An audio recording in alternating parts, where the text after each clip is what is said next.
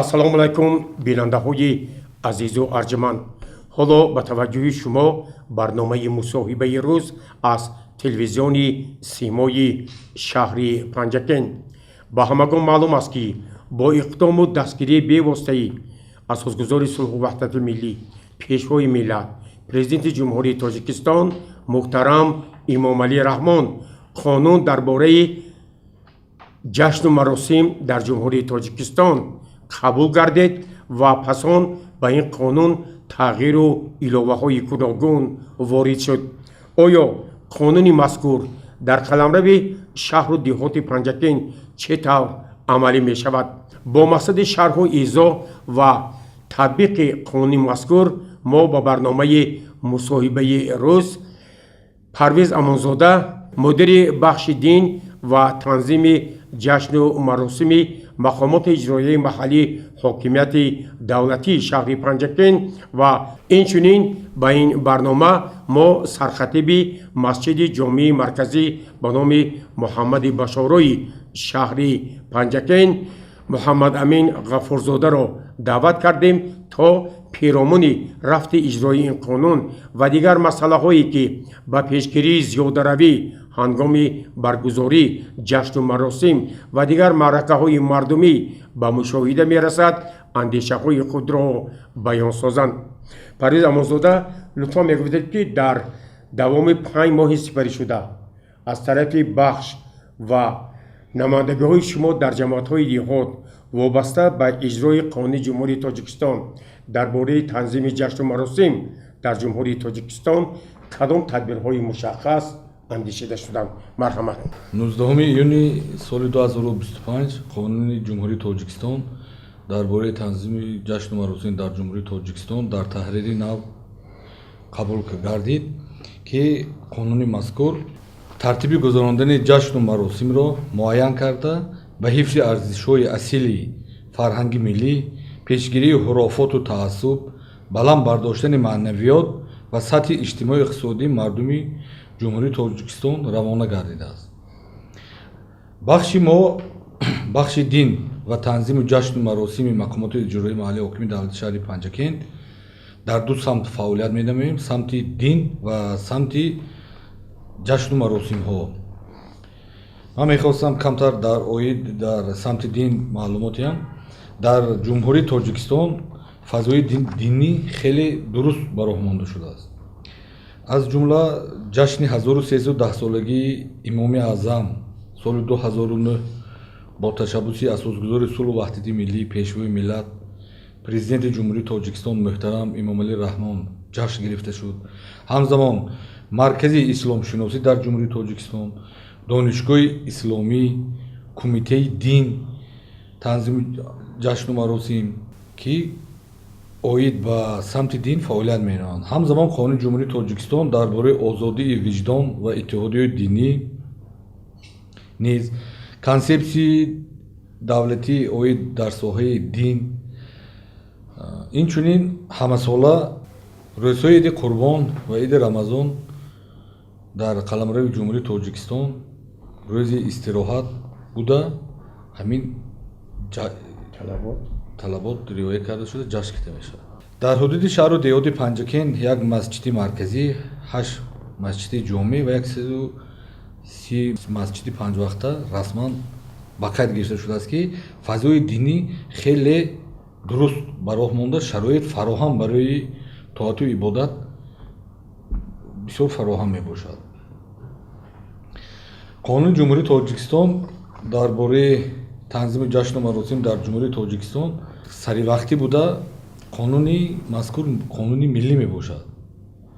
барои манфиати мардуми шарифи Тоҷикистон равона карда шудааст ки зиёдаравӣ накунанд, тибқи тартиби муайяншуда маъракаҳое гузаронанд. ҳатто дигар давлатҳое ки ба мо ҳамсоя ҳастанд омӯхта истоданд ҳамин қонуна манфиаташа. баъзе давлатҳо низ ҳамин қонуна ҷорӣ карда истоданд, таҷриби моя омӯхта. мақсад аз ҳамин қонун барои сатҳи камбизоатия паст кардан мебошад. кадом тадбирҳо андешида шуд با مقصد اجرای طلبات این قانون توان پیمایی سپری شده بودند شهروندانی که طلبات همین قانون را رعایت نکرده بودند.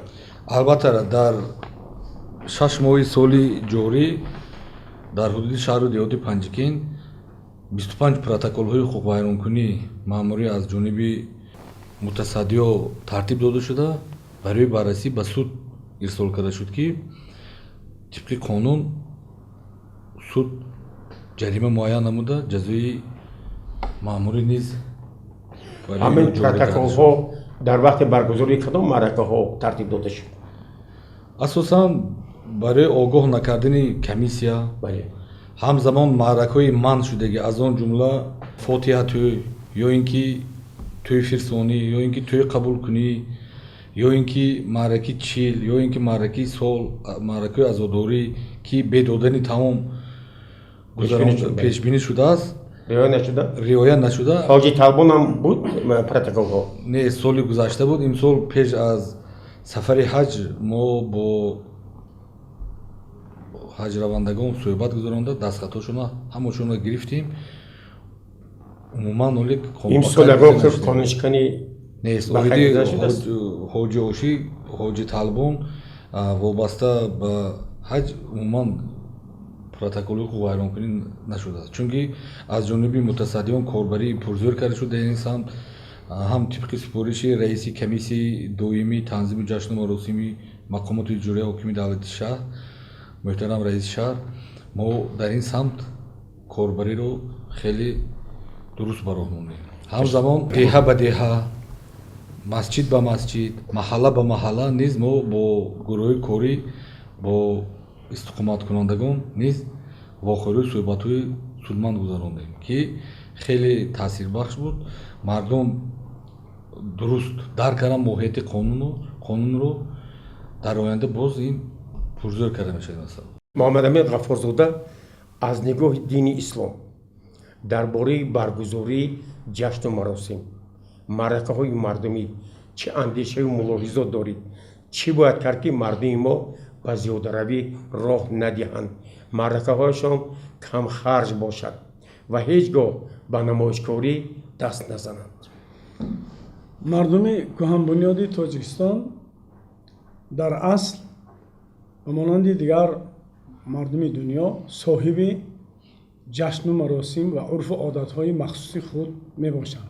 در اصل این جشن و مراسم و عرف و عادت‌ها یک منبع تعلیمی برای مردم تاجیکستان، برای نسل نورس همچون یک مکتب استفاده می شود و در اصل عرف و عادت‌های ما که امروز در یک حالت در صنعت در صحنه برآمده است که به طریق مسابقه، به طریق خودنمایی، به طریق ریا، یعنی رسم و آیین‌ها را خود مردم و این گونه تبدیل دادند که یک رسم و آیین میان شکن و مشکل افزا برای مردم ایجاد شد.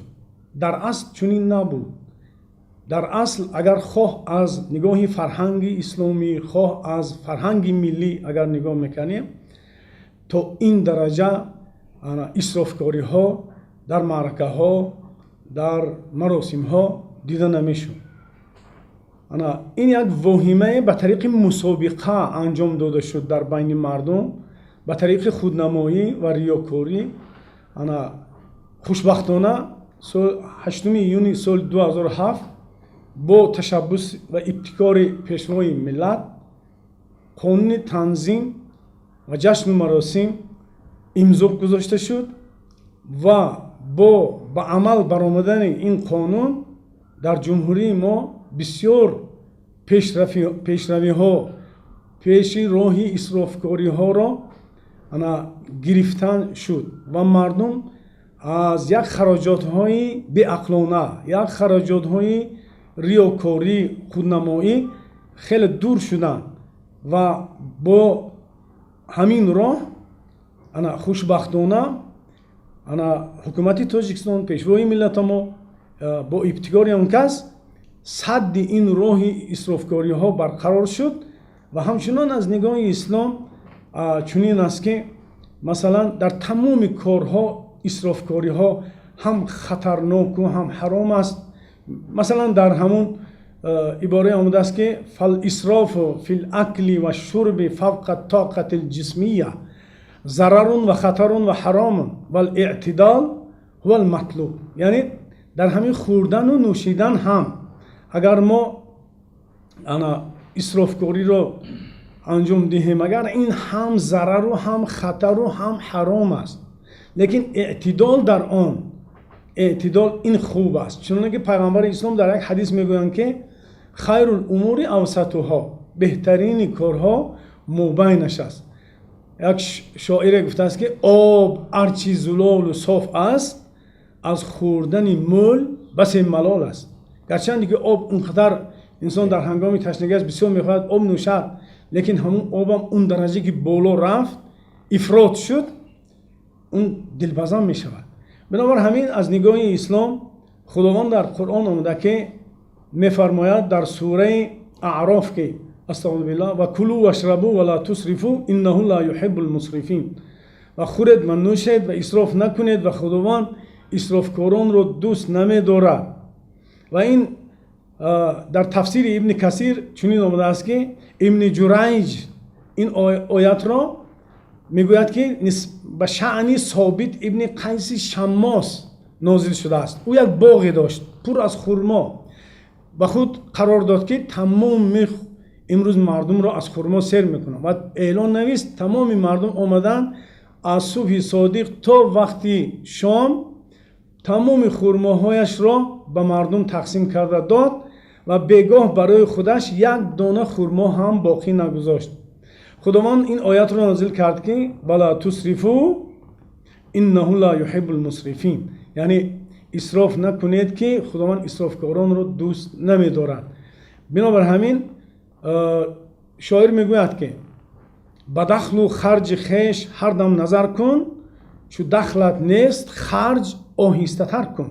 چون اسرافکاران را در آیت دیگر خداوند در سوره اسراء میفرماید ان المبذرین کانوا اخوان الشیاطین و کان الشیطان لربه کفورا، یعنی اسرافکاران همانا خب برادران شیاطین هستند و شیطان نسبت به پروردگارش ناسپاس است. بنابر همین اسراف را به طریق خودنمایی، به طریق ریاکاری، به طریق مسابقه مردم در خود قرار دادند. خیلی راه مدهش بود و البته یک حدیث پیغمبر صلی الله علیه و سلم هست که وقت از آنی که یک کار مکروه، یک کار ممنوع را دیدید او را با دست منع کنید. اگر با دست نمیتونید او را با زبان منع کنید. اگر با زبان هم نمیتونید پس او را با دل بد ببینید. لیکن از ضعیفترین و این ایمان است. البته من با دست قدرت دار آنانی که صاحب قدرت هستند، البته دولت پیش راه این اسرافکاری ها را گرفت. بسیار مردم ما راهی سبکی را یافتن، البته خیلی سوم را یافتن، پول را یافتن مشقت است، لیکن اسراف آن خیلی آسان است. در یک حدیثی پیغمبر ما آمدگی است که یک دینار اگر نفقه شود در راه خدا، یک دینار نفقه شود برای یک غلام آزاد کردن، یا اینکه یک دینار صدقه شود برای یک مسکین، یا اینکه یک دینار نفقه شود برای اهل عائله خودش، و اعظمها اجرا الذي انفقته على اهلك، بزرگترین همین دینارها برای هر کسی برای اهل عائله خودش صرف کنند. این بهتر و این خوبتر است. البته برای بجای اون خودنمایی ها و معرکه ها که خیلی میان شکن است و مشکل است برای مردم به خود بیایند یک بار، هم از نگاهی اسلام، هم از نگاه فرهنگ اسلامی، هم از نگاه امروز حکومت جمهوری تاجیکستان، پیشوای ملت ما میگویند که یعنی باید که اسرافکار نباشیم، خودنمایی نکنیم، زیاده روی نکنیم. لیکن در اسلام اقتصادیات رو دوست می‌دارد. اقتصاد التدبیر نصف معیشتی. پیغمبر ما گفتن تدبیر در همه کارها. وقتی که ببینید که даромадатон чанд сум асту баромади шумо чӣ қадар ҳаст, бояд дар ин риояи дар оила иқтисодиёт бошад. зеро ки дар ҳадиси дигар пайғамбар мо гуфтанд маъала ман иқтисада, кадом ҳеҷ касе фақир намешавад, аёлманд намешавад агар дар иқтисодиёти оилааш риоя кунад. дар ҳадиси дигар омадааст кул вашраб валбис ва тасаддақ фи ғайри сарфин вала махилатин. хӯред, нӯшед ва бипӯшед, лекин беғайри исрофкориҳо. пайғамбарамо дар ҳадиси дигар дар бори иқтисодиёт мегӯянд ки ман иқтасада агнаҳуллоҳ ва ман баддара афқараҳуллоҳ. агар шумо иқтисодиёти риоя кунед, бадавлат мешед, сарватманд мешед. лекин агар сарфакор бошед, фақиру оҷизу нотавон мешавед. имрӯз агар бубинед дунё, агар назар кунед, мамлакатҳое ки ба ин гуна урфу одатҳои маросимҳо ё ин ки тӯю чизҳое ки онхтар исроф намекунанд, яъне хароҷоташон барои пешрави давлаташон, барои пешрави тарбияи фарзандҳо, мутахассисҳое ки тарбия карданд ки дар олам панҷашумур ҳастанд. ва албатта мо як мардуми бо фарҳанг ҳастем, бо маданият ҳастем. бубинед агар имрӯз мо фахр мекунем бо гузаштагонамон, бо ниёгонамон ки чӣ гуна бузургони гузаштан, чӣ гуна олимҳое буданд, ана имрӯз мо бояд пайрави онҳо бошем. дар як ҳадисе ҳаст ки кадом касе ки ман акала ма ясқуту минал маидати аша фи саатин ва уфия фи валадиҳи. вақте ки таом мехӯред, масалан оши палов мехӯред, нон мешиканед, нонрезаҳо дар болаи дастархон аст. то ҳатто пайғамбарамо гуфтанд ки ана ҳамун нонрезаҳоро кадом касе биринҷҳои афтодаро гирифта хӯрад, агар ҳам давлаташ пешрав мешавад, оилааш, ҳам фарзандош тансиҳат мешаванд. агар ин ҳадисро мо муқоиса кунем, бубинед ки дар баъзе маъракаҳое ки имрӯз мешавад, нонҳои зиёдеро мешикананд, лекин касе нон ҳама сер ҳастанд, нон намехӯранд ва нонҳо ҳамту шикаста мемонанд. ман хоҳишам ин буд ки пайғамбарамо гуфтанд ки акримул хубза, нонро эҳтиром кунед. дар урфи миллии мо, дар фарҳанги миллии мо як нонреза қадр дорад. аз замин нонрезаҳоро чида мемолам, ба чашм кута ҷӯрабек муродов мехонанд. то ҳатто дар ҳамин бубинед ки қадри як нонреза дар фарҳанги мо чӣ қадар вай дорад. ин мазмунаш он аст ки яъне ҳамун нонрезаро исроф накунед, замин ба напартоед, ӯро қадр кунед. лекин мо имрӯз нонҳои зиёдеро нон нашиканедон, дар маъракаҳо нонро беҳуда нашикананд. кадом кисе ки мехоҳад аз лаби ҳамин нони бутун як бурда гираду дигар, агар каси дигар бохоҳаст бо ҳамин кор анҷом. лекин шикаста исроф кардан назди худованда ҷавобгариш хеле сахт аст. албатта рӯзҳое ки мо аз сар гузарондем, барои якта нон чӣ қадар навбат меистодем, ин рӯзаҳоро ҳеҷ гоҳ бояд ки фаромӯш накунем. агар мо дар ҳамин рӯзҳое ки имрӯз фаровонию серию пуррию ҳаст, бояд ки шукр кунем. шукр мазмунаш он аст ки онро хуб истифода кунем. нонро агар имрӯз бурдаҳои зиёди шудааст, дар як халтаи тоза гирифта захира кунем. бинобар ҳамин вазъияти дунё ба агар нигоҳ кунем, хеле мудҳиш аст бародарон. тамоми дунё ба ҷанг рафта истодааст. мо бояд ки ғами иқтисодиёти худамонро чӣ тавре ки пешвои миллатамон мегӯянд дусола захира доштагӣ бошем, ҳар яки мо шумо дар оилаҳомо. бинобар ҳамин мазмуни исрофкорӣ ба хеле خود در اویلا باشد، خود در معرکه ها باشد، خود در مراسم ها باشد، خیلی جدی باید اعتبار کردن کار است. این حالت البته هم از نگاه اسلام هم از نگاه فرهنگ اسلامی ما عملهای نادرست هستند. به اسرافکاری هیچگاه راه ندهند مردم باید با عقل باشند، با فهم باشند. بعضی معرکه هایی که هستند بسیار اسرافکاری ها زیاد دیده میشن. نان ها رو میبرند در یک یشوکی دیگر میپرتویند، اونا حیوان ها رو میدهند.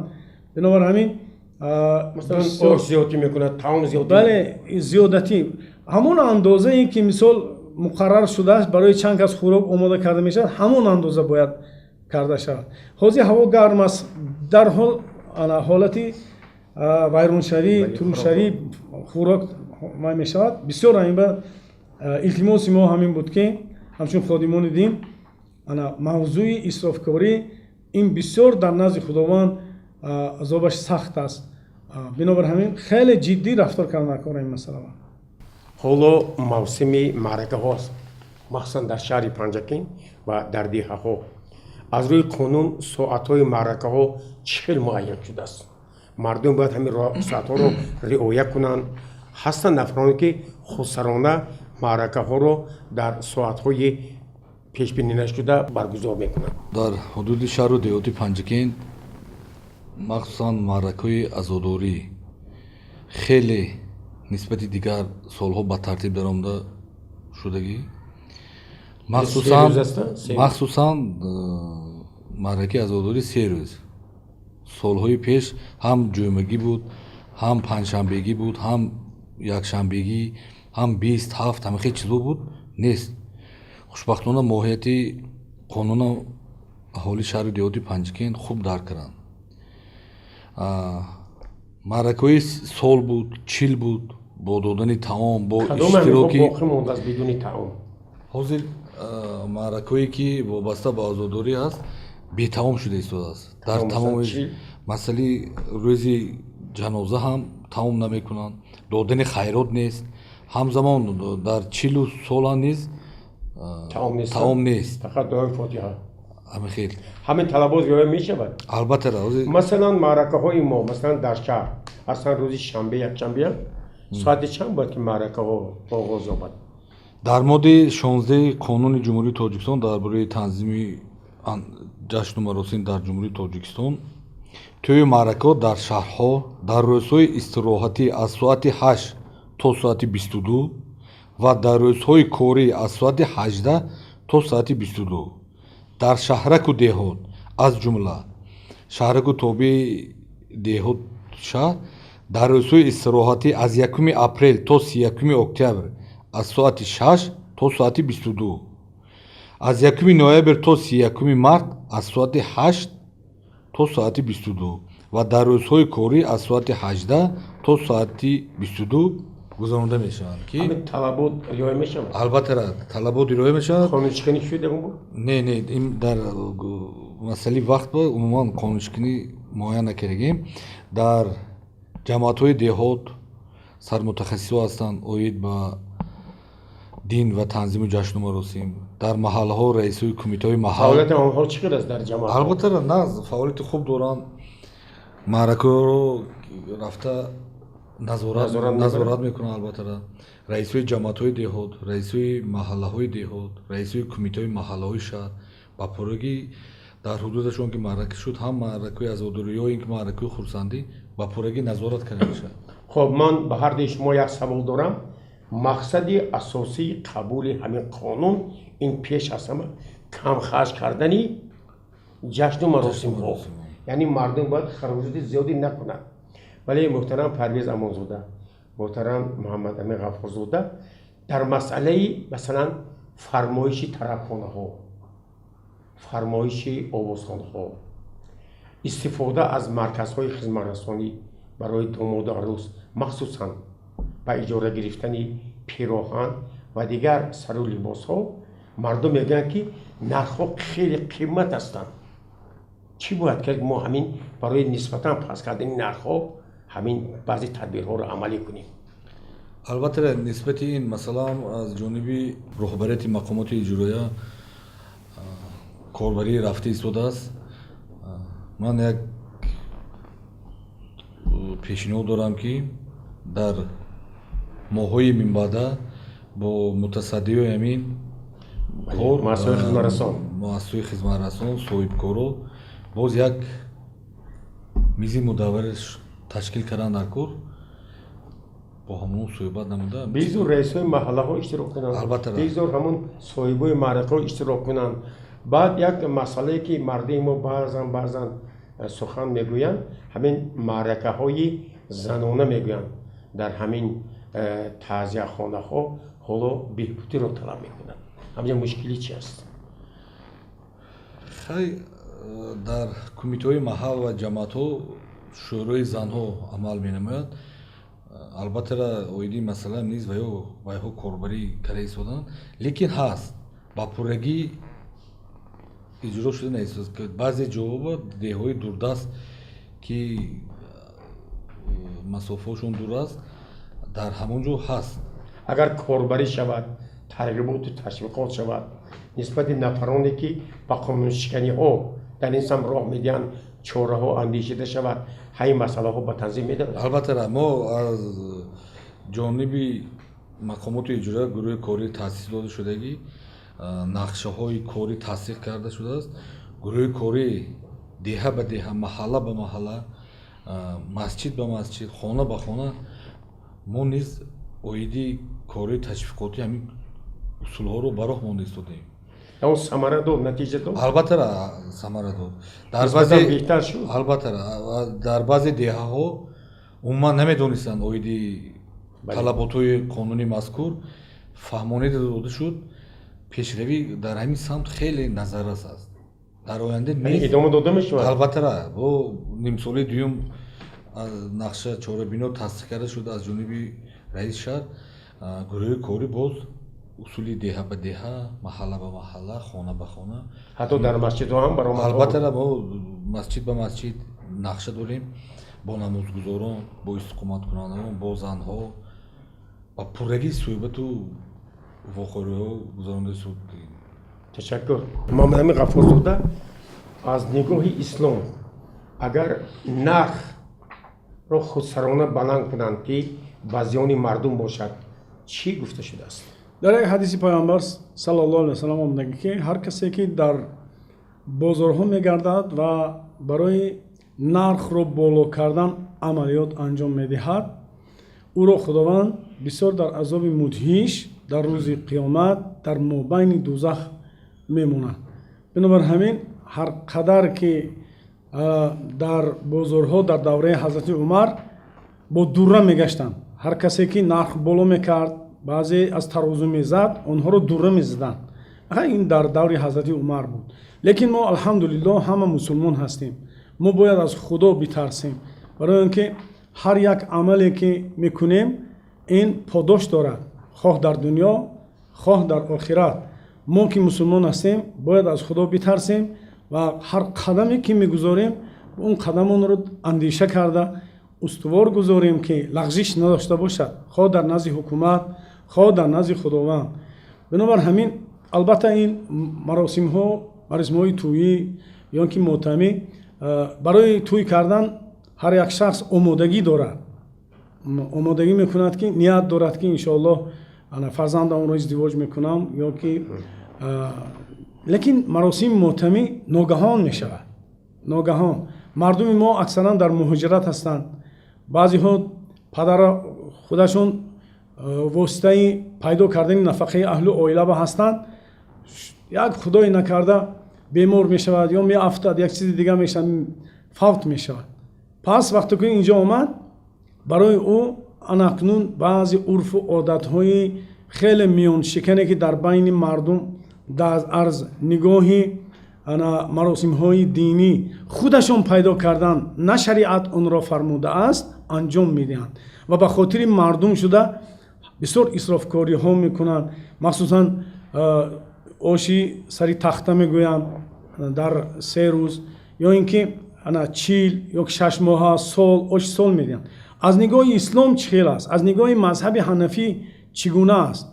шайх абдулҳақ муҳаддиси деҳлавӣ соли вафоташ соли 1052 дар ҷомеулбаракот чунин фатво додаанд: ва он ки дар ин диёр баъд аз соле ё 6 моҳе ё 40 рӯзе таом пухта ба дигарон бахшиш мекунанд ва онро худоӣ мегӯянд, ин эътибори шаръӣ надорад. яъне дар ислом ин чиз вуҷуд надорад ки дар рӯзи 3, дар 40, дар 6 моҳа, дар сол таом пухта барои мардум диҳӣ.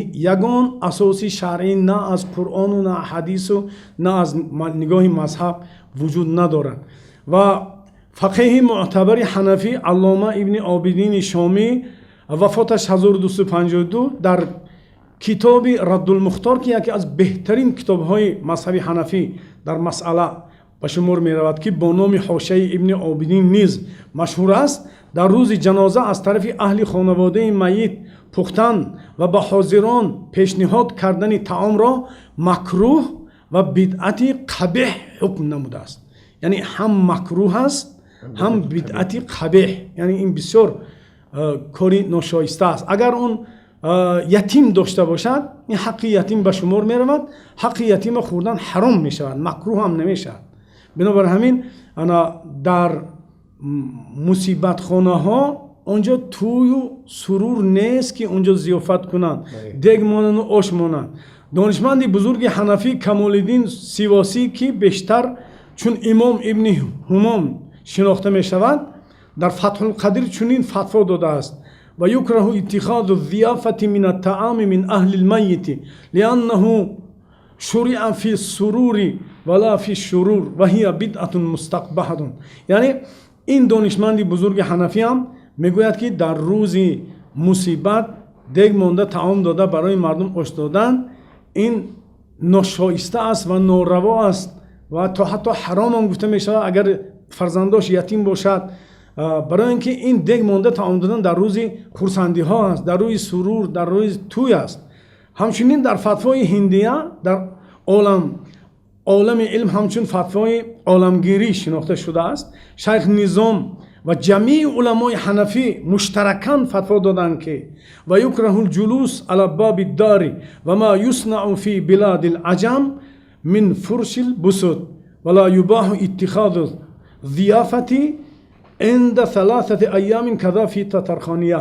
яъне дар инҷо дар фатвои ҳиндия خب جمعی علما یعنی شیخ نظام و جمعی علمای حنفی مشترکاً فتوا دادند که مکروه است نشستن در در حولی های مصیبت زده، همچنانی که در مملکت های عجم است. یعنی طرفی ما نگاه دارند غیر عرب میگوین عجم رو یعنی در آنجا میگه در روز مصیبت یعنی 3 روز گلیم پرتافته کورپشه پرتافته میشینند و 3 روز таом медиҳанд, ки ин дуруст нест. аз нигоҳи ислом дар ҳамин хонаи мусибат то 3 рӯз таом хӯрдан ҷоиз нест. то ҳатто вақте ки Ҷаъфар фарзанди Абу Толиб вафот кард, пайғамбари мо саллаллоҳу алайҳи васалам аҳли хонаводанашон гуфтанд, ки шумо бар хонаи Ҷаъфар таоми якрӯза якшабонарӯза фиристед, ки онҳо ба мусибати худ гирифтор ҳастанд. бинобар ҳамин имрӯз агар дар диёр дар деҳаҳо агар як мусибат мешавад, дар фатвоҳои дигар ҳам омадааст, ки ҳамсояҳо ё ин ки хешовандони дурашон якрӯза таоми ҳамин соҳиби мусибатҳоро оварда диҳанд, ки онҳо фурсати таом кардан надоранд. бинобар ҳамин чизҳои якбор агар мардуме ки намедонанд намефаҳманд, мо доимо дар мавъизаҳои намози ҷумъа дар намозҳои панҷвақта тамоми имомҳо бо супориш кардагем дар ҳамин мавзӯъ суҳбат мекунанд, мефаҳмонанд. лекин мардум як одате доранд, ки мардум чӣ мегӯянд, мардум чӣ мегӯянд намешавад, худо чӣ мегӯяд шавад, яъне пешвоҳо чӣ мегӯянд шавад. яъне итоати худованду итоати пайғамбару итоати улиламр мегӯянд. улиламраш ана ҳамин уламое ки мо дорем, пешвои миллатамон ки имрӯз ина садри ин роҳҳо карда истоданд, мо бояд итоат кунем, то ин ки ин барои чӣ аст? ин барои ғанӣ гардондани иқтисодиёти худи мо аст. ҳамун исрофҳое ки худнамоиҳое ки мекунем, ҳамун фарзандакош ятим мондагӣ аст. оше ки барои мардум карда метиҳе, ҳамин ятимако хӯранд дуруст нест, савобаш зиёд намешад магар? ин хуб аст, ин роҳи салоҳият аст. бинобар ҳамин мардум якбор ба ин чизҳо аз худнамоию мардум чӣ мегӯянд даст кашанд ва он чизе ки худо гуфта, он чизе ки пайғамбар гуфта, 3 рӯз дигар на чилу на солу на 6 моҳаву ин чизо дар ислом нест. то ҳатто имрӯз дар шаҳри мо 3 рӯз фотиҳа аст, то ҳатто чилу хоб солу ин чизҳо ба тариқи таом надодан, таом напухтан, мол накуштан, оилавӣ ё ин ки ҳам ту як мебиён дуои фотиҳа мекунанд, мехонанд меранд. ҳамин тариқ ин ҳам барои соҳиби азодор мусибат, ҳам барои мардум авлои беҳтар, ҳам худованд аз ин хушнуд аст. домони муҳтарам, агар дар хотир дошта бошед, мо дар арафаи дуи ایدی ماه رمضان و ایدی قربان و همراه شما از مردم دعوت کرده بودیم که خانه به خانه نگردن به قبرستان ها بیان. خوشبختانه مردم عزیز پنجکین اکثری آنها خانه به خانه نگشتند، بله. به قبرستان ها آمدند، قبرستان ها را تازه کردند، به حق گذشتگان خود دعای فاتحه کردند. همین روندهای ما ادامه دهیم، این به منفعت مردم است. البته خداوند خودش میفرماید که یرید الله بکم الیسر ولا یرید بکم العسر. خداوند برای شما سبکی را خواسته است، نه وزنینی را. شما وزنینی را خودتون ایجاد میکنید برای خودتون. پیغمبر ما گفتن یسروا ولا تعسروا، یعنی سبک گیرید در کارهای شریعت، وزنینی نگیرید. خوب است که مثال اگر اینو ببینید که اگر اون رسمی که پیشتر بود در بدر میگشتن، اگر 1000 درب میرفتن فاتحه از سحر تا بگاه میرفتن با دریاب نمیکردن. من امروز یک کاری خیلی آسان، هم زیارتی اهل قبور میشود، هم تازگی و آزادگی اهل قبور انجام میشود و مردم هم یکدیگر رو میبینن، صحبت میکنن، دعا میکنن با گذشتگانشون، قبرها رو تازه میکنن، یک گلهایی که شنیدن آب میدهند. همین بعضی هاشون شاید که 10 ساله ها زیارتی اهل قبور من نرفته باشند، همین توسط که با یک رفته زیارتی اهل قبور انجام میدهند. این کار هم برای مردم سبک است، هم از نگاه شریعت درست است. البته در خاتمه همین برنامه با مردم شهر و دیهات پنجکین وابسته به اجرای طلبات قانونی مذکور چه اندیشه و ملاحظات دارید؟ با باشندگان شهر و دیهات پنجکین میرسونم که همین قانونی مذکور رو ماهیتش رو درست درک کرده، از جانب اهالی طلبات قانون اجرا شده ایستاده است و میخواهم که در آینده نیز معرکه‌هایی که در اساس قانون منع کرده شده است نکنند و طبق طلبات قانون جشن مراسمشون را گذرانند. بیننده های عزیز و ارجمند، در خاتمه این برنامه تلویزیونی من بار دیگر با پرویز امانزاده، مدیر بخش دین تنظیم عنعنه و جشن و مراسم مقامات اجرایی محلی حاکمیت دولتی شهر پنجکین و با محمد امین غفارزاده سرخطیب مسجد جامع مرکزی شهر پنجکین برای اشتراک و بیان اندیشه های خیلی سودمند عرض سپاس میکنم و اطمینان دارم که مردم دیار باستانی ما قانون جمهوری تاجیکستان درباره تنظیم جشن و مراسم در جمهوری تاجیکستان را همه طرفه رعایت میکنند و مقصد و مرام این قانون و فعالیت ساختارهای مربوطه پیش از همه پیشگیری از زیاده روی، کم خرج کردن معرکه ها و مساعدت به زندگی مردمی ما می باشد. سلامت و سربلند باشید. تشکر از شما.